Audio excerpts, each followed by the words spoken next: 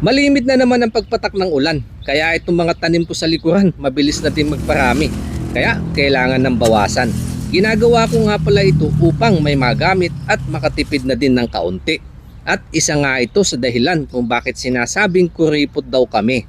Galing sa mga mata ng taong one day, big time ika nga, ubos biyaya. Pero kinabukasan nga sabay lalapit sa'yo, mangungutang at mukha talagang kawawa. Pero pag hindi na pagbigyan, pagtalikod mo, dyan mo makikita. Sila pa yung galit at ikaw yung masama. Ayos na sa talbos ng alokbate. Pero hindi lang yan.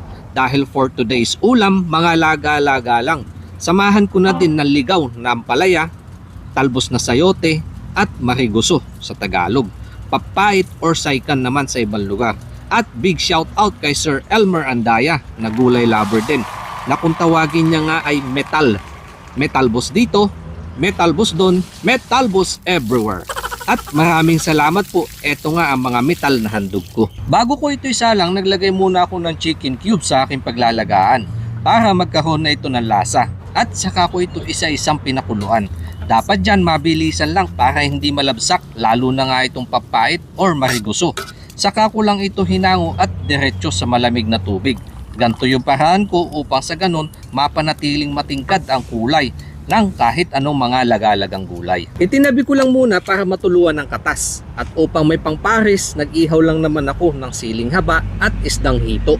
Sa tingin ko naman ayos na yan. Sunod ko lang itong hinango at inayos naman yung aking lamesa. Nagpisat lang ako ng kamatis para sa aking sausawan. Mas gusto ko to kaysa sa ginagayat dahil sa gantong paraan mas lumalabas ang katas at bagoong kasama ng sibuyas. Saka lang ako yumuko at magpasalamat sa Diyos para sa biyaya na nasa aking harapan, upang sa ganon mabasbasan at magsilbi lakas sa aking pangangatawan. At eto nga po ang aking mumunting handog na... Teka, hindi pa ho pala dyan natatapos yung ating usapan talbos. Dahil mayroon pa ako dito talbos ng kalabasa. Mayon, makantay na po.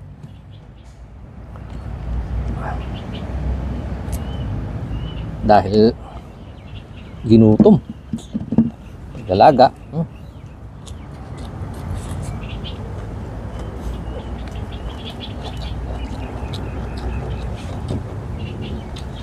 Oh my, grabe.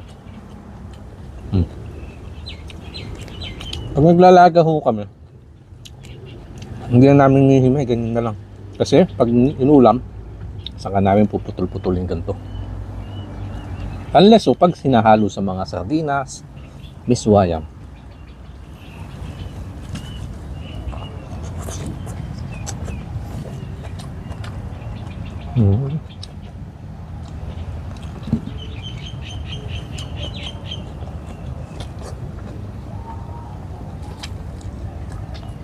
Hindi masin ba yang?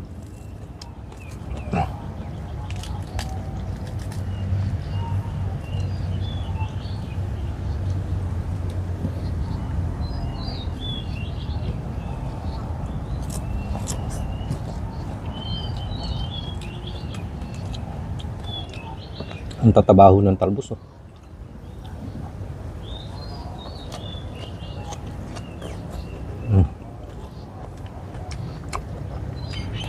Para meron na din lang tayong kaunting mapag-usapan.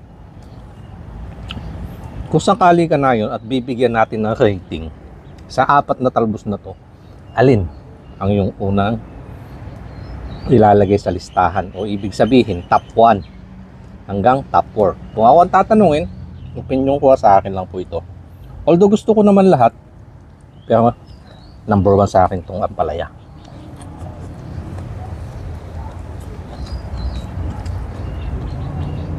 Number 2 itong alokbate. Number 3 yung papait. Pang-4 yung sayote.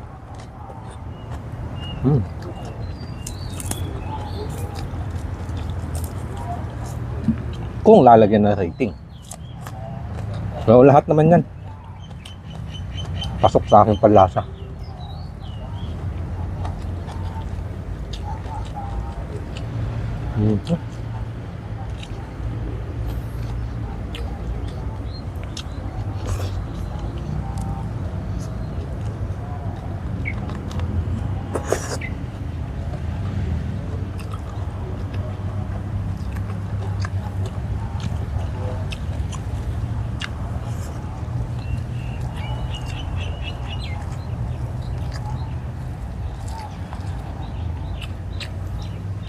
Sarap ng metal.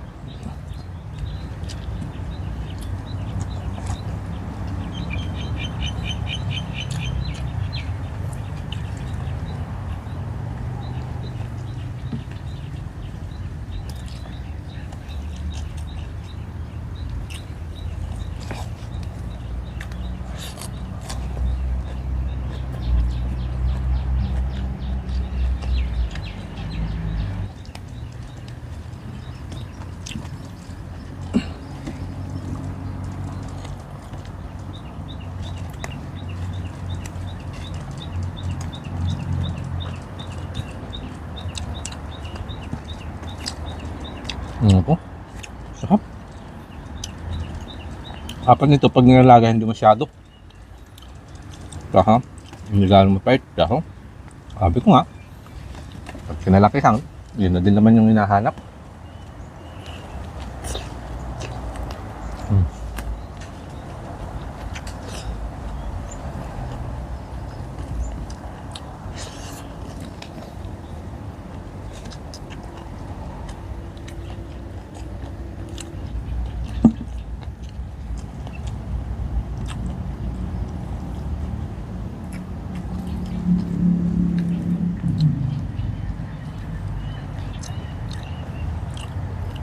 Pag naglalaga ako, pinapakisan ko lagi ng ihaw. Para meron naman siyang kaunting smoky flavor yung ating pagkain.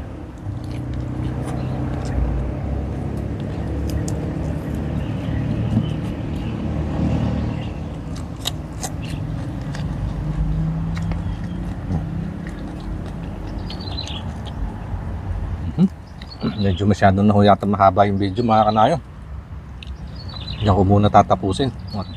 Ayusin ko lang ito mga to.